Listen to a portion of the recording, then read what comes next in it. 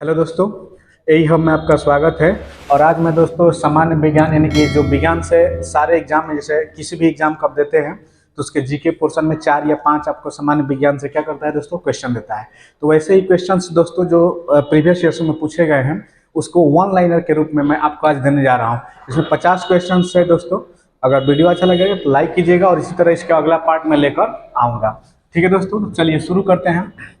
तो देखिए दोस्तों, पहला क्वेश्चन क्या है आपका, ध्यान से सुनिएगा। जीव विज्ञान शुरू से है दोस्तों, एकदम शुरू से है, ठीक ना, तो इसलिए घबराने की आवश्यकता नहीं है। देखिए, जीव तथा जंतु विज्ञान के जनक कौन है दोस्तों, ये है अरस्तु।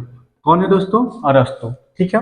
दूसरा क्वेश्चन है दोस्तों कि जीव विज्ञान शब्द का प्रयोग सर्वप्रथम किसने किया था। जीव विज्ञान शब्द का प्रयोग सर्वप्रथम किसने किया था। तो दोस्तों ये लैमार्क किए थे जो फ्रांस के थे, और इनके साथ किए थे ट्रेविरेनस जो जर्मनी के थे। कहाँ के थे दोस्तों, जर्मनी के। यानी कि लैमार्क और ट्रेविरेनस ये दोनों के दोनों लोग क्या किए थे, इसका प्रयोग किए थे।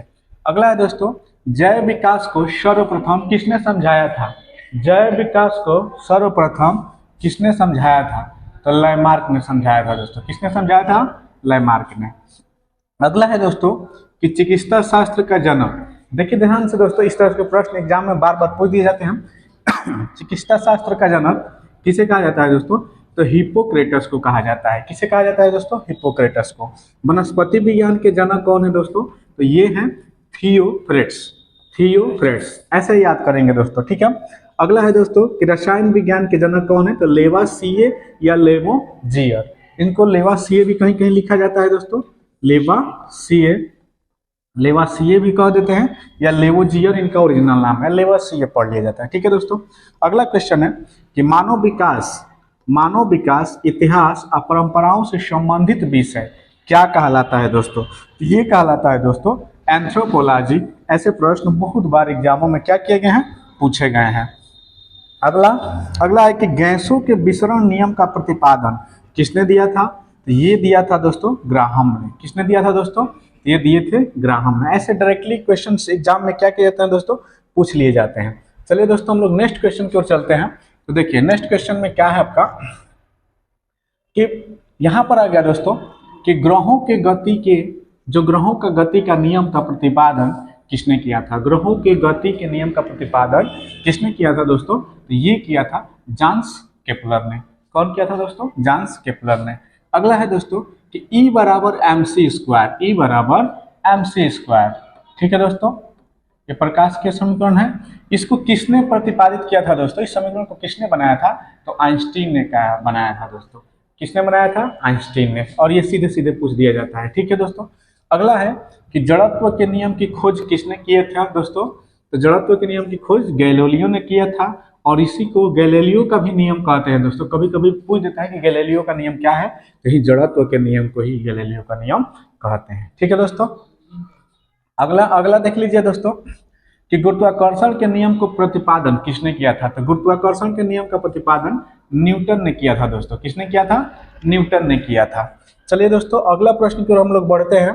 ध्यान से देखिएगा और वीडियो को स्किप मत कीजिएगा क्योंकि सारे क्वेश्चन अपने आप में बहुत महत्वपूर्ण है। अगला है दोस्तों कि उत्परिवर्तन का सिद्धांत किसने दिया था दोस्तों, तो ह्यूगो डी ब्रिज ने दिया था दोस्तों। किसने दिया था, ह्यूगो डी ब्रिज ने दिया था।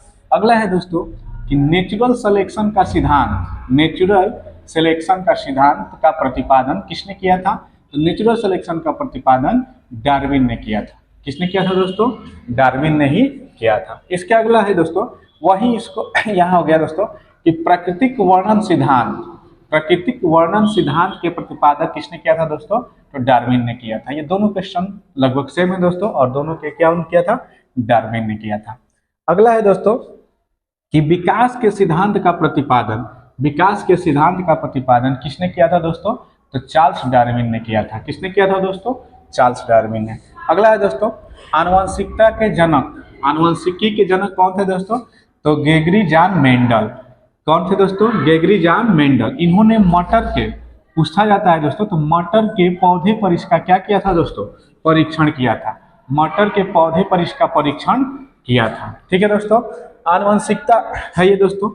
चलिए अगला अगला क्वेश्चन है कि मेंडल, ध्यान दीजिएगा दोस्तों, यही आ गया क्वेश्चन। नेक्स्ट ये क्वेश्चन आ ही गया दोस्तों यही वाला कि मेंडल ने अपना प्रयोग के लिए क्या चयन किया था दोस्तों? तो मटर के पौधा का चयन किया था। अगला दिया है दोस्तों कि आनुवंशिकता के विज्ञान, आनुवंशिकी यानी कि जेनेटिक्स शब्द यानी कि आनुवंशिक यानी कि इसी मेंडल ने जो इसका क्या किया था, आनुवंशिकता बताया था, इसी आनुवंशिकी या जेनेटिक्स किसने कहा था? तो इसे कहा था डब्ल्यू वाटसन। ये ध्यान दीजिएगा दोस्तों, ये इसके खोजकर्ता हैं और इस शब्द को नाम देने वाले थे डब्ल्यू वाटसन। यहीं पर थोड़ा सा हमें ध्यान देना है दोस्तों कि जेनेटिक्स किसने कहा? तो डब्ल्यू वाटसन ने, लेकिन आनुवंशिकता की खोज किसने किया था दोस्तों? तो मेंडल ने किया था। किसने किया था? मेंडल ने। ठीक है दोस्तों, अगला सवाल देखिए। अगला सवाल है दोस्तों कि आनुवंशिकता, ध्यान दीजिएगा, आनुवंशिकी उत्परिवर्तन होता है दोस्तों, किससे होता है दोस्तों? क्रोमोसोम से। किससे होता है दोस्तों? क्रोमोसोम से। अगला है कि सर्वप्रथम जीन शब्द का प्रयोग किसने किया था दोस्तों? तो ये किया था जोहानसन ने। जीन क्या होता है दोस्तों? गुणसूत्र भी इसको कहा जाता है। क्या कहा जाता है दोस्तों? गुणसूत्र कहा जाता है।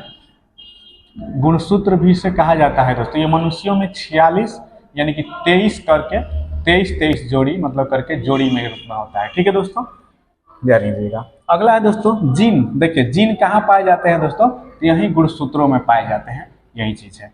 ठीक है दोस्तों, अगला सवाल है कि एक जीन एक एंजाइम सिद्धांत को प्रतिपादित किया था। एक जीन एक एंजाइम सिद्धांत को प्रतिपादित किया था, किसने किया था दोस्तों? तो बीडल और टैटम ने किया था। किसने किया था दोस्तों? बीडल और टैटम ने। अगला है दोस्तों कि खून का रंग लाल होता है, किसके कारण दोस्तों? खून का जो हमारा रंग होता है वो लाल होता है, किसके कारण होता है दोस्तों? तो ये होता है हीमोग्लोबिन के कारण। किसके कारण दोस्तों? हीमोग्लोबिन के कारण। और ऐसे प्रश्न एग्जाम में फटाफट पूछे जाते हैं दोस्तों, तो वीडियो को स्किप मत कीजिएगा, पढ़ते जाइए।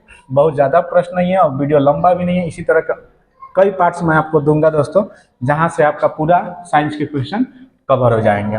ठीक है दोस्तों, अगला दिया है दोस्तों कि हीमोग्लोबिन में पाए जाने वाला तत्व क्या होता है? यानी कि हीमोग्लोबिन में सबसे ज्यादा कौन सा तत्व पाया जाता है दोस्तों? ये पाया जाता है लोहा। क्या पाया जाता है दोस्तों? लोहा। अगला है कि हीमोग्लोबिन एक यौगिक है, किसका? यानी कि हीमोग्लोबिन में लोहा के साथ और क्या होता है दोस्तों? ये होता है प्रोटीन। यौगिक मतलब जहां पर दो तत्व क्या होते हैं दोस्तों? जुड़े होते हैं। अगला, खून का थक्का नहीं जमता है। ठीक है दोस्तों, देखिए खून का थक्का नहीं जमता है किस रोग में दोस्तों? तो हीमोफीलिया रोग में। कौन सा रोग में दोस्तों? हीमोफीलिया रोग में। ये विटामिन के की कमी से भी होता है और दोस्तों ये आनुवंशिक रोग है। कौन सा रोग है दोस्तों?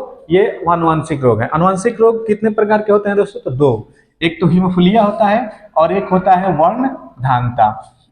वर्णधानता, जिसको हम कलर विजन कहते हैं। ठीक है दोस्तों, इसमें ना जिसको ये व्यक्ति को रहता है दोस्तों, तो उसको लाल और हरा रंग पहचान में नहीं आता है। लाल और हरा रंग पहचान में नहीं आता है दोस्तों। ठीक है ना। अगला है दोस्तों कि शरीर के अंदर रक्त को जमने से रोकता है। यानी कि देखिए जब जिसको ये खून का थक्का यानी कि हीमोफीलिया जो बना रहता है, उसके अंदर कौन सा तत्व ज्यादा होता है दोस्तों? तो देखिए हिपेरिन नामक प्रोटीन, यही जो होता है हमारे शरीर के अंदर ब्लड को जमने नहीं देता है, सर्कुलेशन में चलाता रहता है।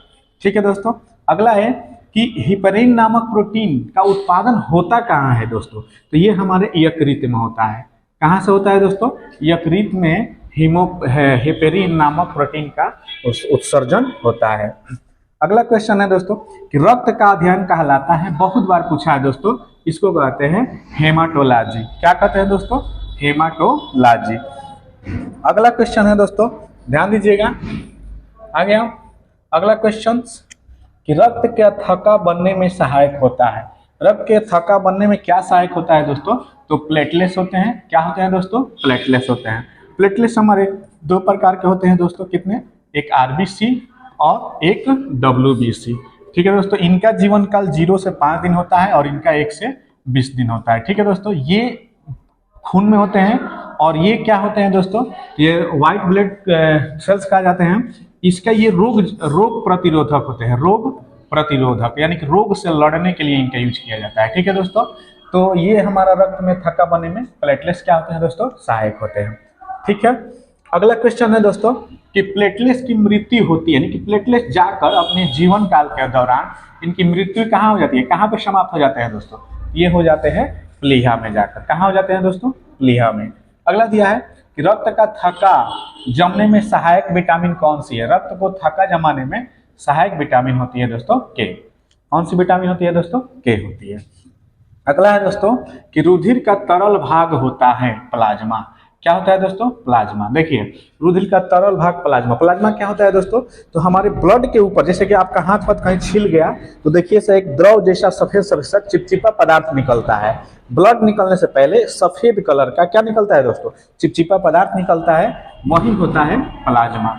ठीक है दोस्तों, आगे देखिए क्वेश्चंस। ये क्वेश्चंस बहुत बार एग्जाम में पूछा जा चुका है दोस्तों कि रक्त का कितना % भाग प्लाज्मा होता है, यानी कि हमारे बॉडी में रक्त का कितना % भाग प्लाज्मा होता है दोस्तों? ये होता है 60%। कितना %? 60%। अगला है दोस्तों पदार्थ की चतुर्थ अवस्था क्या होती है दोस्तों? तो यही होती है प्लाज्मा ही होता है। ठीक है दोस्तों, पदार्थ की 5 अवस्थाएं होती है, द्रव, गैस, ठोस, ठोस, द्रव, गैस और प्लाज्मा। इसके बाद बोस स्टेट BC। ठीक है दोस्तों, तो ये चौथी अवस्था है। अगला है रक्त में पाई जाने वाली धातु क्या होती है दोस्तों? तो लोहा होती है। देखिए रक्त में क्या होता है? हीमोग्लोबिन, हीमोग्लोबिन में लोहा। इस तरह से याद रखेंगे दोस्तों। अगला दिया है कि ब्लड बैंक कहलाता है, यानी कि हमारे शरीर में जो ब्लड बैंक है, यानी कि ब्लड का शुद्धिकरण, जब ब्लड कहाँ पर इकट्ठा होता है दोस्तों? तो ये होता है प्लीहा में, यानी कि स्प्लीन में। कहाँ होता है दोस्तों? स्प्लीन में। अगला दिया है कि आरबीसी का कब्रगाह यानी कि शमशान क्या होता है दोस्तों? आरबीसी अभी बताया था कि प्लेटलेट्स की मृत्यु कहाँ होती है दोस्तों? तो प्लीहा में। आरबीसी भी क्या हमारा प्लेटलेट्स है, इसके शमशान क्या है? प्लीहा, यानी कि इसी में इसकी जाकर मृत्यु हो जाती है। अगला दिया है दोस्तों कि ब्लड बैंक में रक्त को सुरक्षित रखा जाता है। ब्लड बैंक में जहाँ रक्त रखा जाता है, जमा किया जाता है, उसको रखा जाता है 40 अंश फ़ारेनहाइट पे। किस पे दोस्तों? 40 अंश फ़ारेनहाइट पे रक्त को सुरक्षित रखा जाता है। अगला क्वेश्चन है दोस्तों, आगे ध्यान दीजिएगा। अगला क्वेश्चन है दोस्तों, अगला क्वेश्चन है दोस्तों कि रक्त समूह होते हैं दोस्तों। रक्त समूह कितने होते हैं दोस्तों? 4 होते हैं। कितने होते हैं दोस्तों? 4। ए बी और ए बी ओ, जिसमें से ओ को हम क्या कहते हैं दोस्तों? सर्वदाता। सर्वदाता। ठीक है दोस्तों, सर्वदाता क्यों कहा जाता है? क्योंकि ये सभी को ब्लड दे सकता है, लेकिन लेने का काम केवल ओ से करेगा, केवल ओ से लेगा, लेकिन दे सबको सकता है। ए बी को कहते हैं दोस्तों सर्वग्राही। क्या कहते हैं दोस्तों? सर्वग्राही। सर्वग्राही मतलब ये लेगा तो सबसे, लेकिन देगा केवल ए बी को। ठीक है दोस्तों, देगा केवल ए बी को, बाकी ये ए को ही देगा और ए से ही लेगा, ये भी बी को ही देगा और बी से ही लेगा। लेकिन ये एग्जाम में कई बार पूछा जाता है कि ओ को क्या कहते हैं दोस्तों? तो सर्वदाता। ए बी को क्या कहते हैं दोस्तों? सर्वग्राही। इनका ये कंडीशंस होता है। ठीक है दोस्तों, अगला दिया है कि रक्त समूह का खोज किसने किया था दोस्तों? तो इसको किया था कार्ल लैंडस्टीनर ने। ये यूपी पुलिस के एग्जाम में पूछा गया था पिछले टर्म में, कार्ल लैंडस्टीनर ने। ठीक है ना दोस्तों, इनको इसी के लिए 1930 में नोबेल पुरस्कार भी मिला था दोस्तों। क्या मिला था? नोबेल पुरस्कार इनको मिला था दोस्तों। ये पूछा जाता है कि कार्ल स्टीनर को किस क्षेत्र में मिला था? तो इन्होंने रक्त समूह का खोज किया था दोस्तों, इसी के लिए सन 1930 में इनको क्या मिला था? नोबेल पुरस्कार मिला था। अगला देखिए सर्वदाता रक्त समूह, वो हो गया दोस्तों, जो अभी मैंने समझा दिया वहां पे। सर्वग्राही रक्त समूह कहाँ होता है दोस्तों? ए बी होता है, जो अभी हमने बता दिया। अगला है दोस्तों कि आरएच फैक्टर संबंधित है तो रक्त से, यानी कि रक्त को हम नापते हैं ना कि कितना में आरबीसी या कितना डब्ल्यूसीसी, चाहे क्या है रक्त के जो भी संबंध को नापना होता है दोस्तों, वो नापा जाता है आरएच फैक्टर से। किससे नापा जाता है दोस्तों? आरएच फैक्टर से। तो आरएच फैक्टर क्या है दोस्तों? तो रक्त से संबंधित है। और आरएच फैक्टर के भी खोजकर्ता कौन है दोस्तों? तो लैंडस्टीनर के साथ साथ वीनर भी जुड़ गए हैं दोस्तों। लैंडस्टीनर के साथ साथ वीनर भी है, यानी कि इन दोनों ने मिलकर आरएच फैक्टर का खोज किया था। ठीक है दोस्तों, चलिए नेक्स्ट क्वेश्चन पर बढ़ते हैं दोस्तों, ध्यान दीजिएगा। अगला है दोस्तों कि रक्तचाप नियंत्रित होता है, यानी कि रक्त का जो हमारा ब्लड प्रेशर होता है दोस्तों, वो ब्लड प्रेशर हमारे बॉडी में कैसे मेंटेन रहता है? कौन मेंटेन करता है ना दोस्तों? ये करता है हमारा एंड्रीनल ग्रंथि। कौन ग्रंथि दोस्तों? यही हमारे ब्लड प्रेशर को बढ़ाता और घटाता है। अगला है दोस्तों कि रक्त को शुद्ध करता है। रक्त को कौन शुद्ध करता है दोस्तों? ये हमारे किडनी यानी कि ब्रिक में रक्त की शुद्धिकरण होती है, याद रखिएगा दोस्तों। ठीक है, कहाँ पर रक्त की शुद्धिकरण होती है? तो किडनी यानी कि ब्रिक में। अगला है दोस्तों रक्त के शुद्धिकरण की प्रक्रिया क्या कहलाती है, यानी कि जब रक्त हमारे किडनी में शुद्ध होता है, फिल्टर होता है, क्या होता है दोस्तों, फिल्टर होता है, इस प्रक्रिया को क्या कहा जाता है दोस्तों, इसको कहा जाता है डायलिसिस। क्या कहा जाता है दोस्तों, डायलिसिस। ठीक है, अगला ध्यान दीजिएगा, मूत्र का निर्माण होता है दोस्तों, जो हमारे शरीर में अपशिष्ट, यानी कि जो हम जल पीते हैं, खाने होने से जो हमारा अपशिष्ट जल निकलता है वो कहाँ बनता है दोस्तों, अपशिष्ट जल कहाँ पे बनता है, ये बनता है वृक्क में। ठीक है दोस्तों, तो अगर हमारा वीडियो अच्छा लगेगा, अगर हमारा वीडियो अच्छा लगे तो लाइक शेयर जरूर करिएगा दोस्तों। Thanks for watching. जय हिंद, जय भारत।